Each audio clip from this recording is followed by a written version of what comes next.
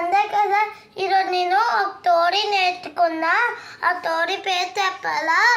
అనగనగా ఒక ఊళ్ళో ములక్కరంత ముట్లమ్మ ఏమొచ్చి అంత పొలంలో పనిచేస్తూ ఉంటే వంకాయ అంత వజ్రం దొరికిందంట. ఆ వంకాయ వజ్రము బేరకాయ అంత బీరువాలో పెట్టి తాటిగా అంత తాళం వేసిందంట.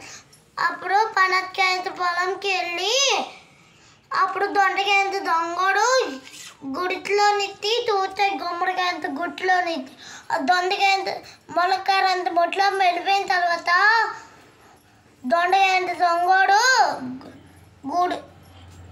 గుడిలోకి వెళ్ళి గుమ్మడికాయ అంత గుడిలోకి వెళ్ళి వంకాయ అంత వజ్రాన్ని తొప్పితారంట. ఎటెళ్ళిందో దొండకాయ అంత దొంగడు కూడా అటే వెళ్ళాడు.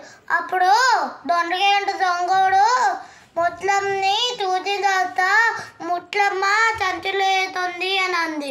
అప్పుడు దొండకాయ అంత దొంగడు కంగారుతో పారిపోయారు. అప్పుడు దొండకాయ అంత దొంగడు ఆనక్కాయ అంత అడవిలో ఉన్నారు. ఆనక్కాయ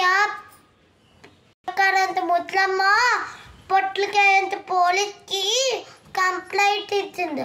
అప్పుడు పొట్లకాయ అంత పోలీసు ఏమొచ్చి అంత దీప్లో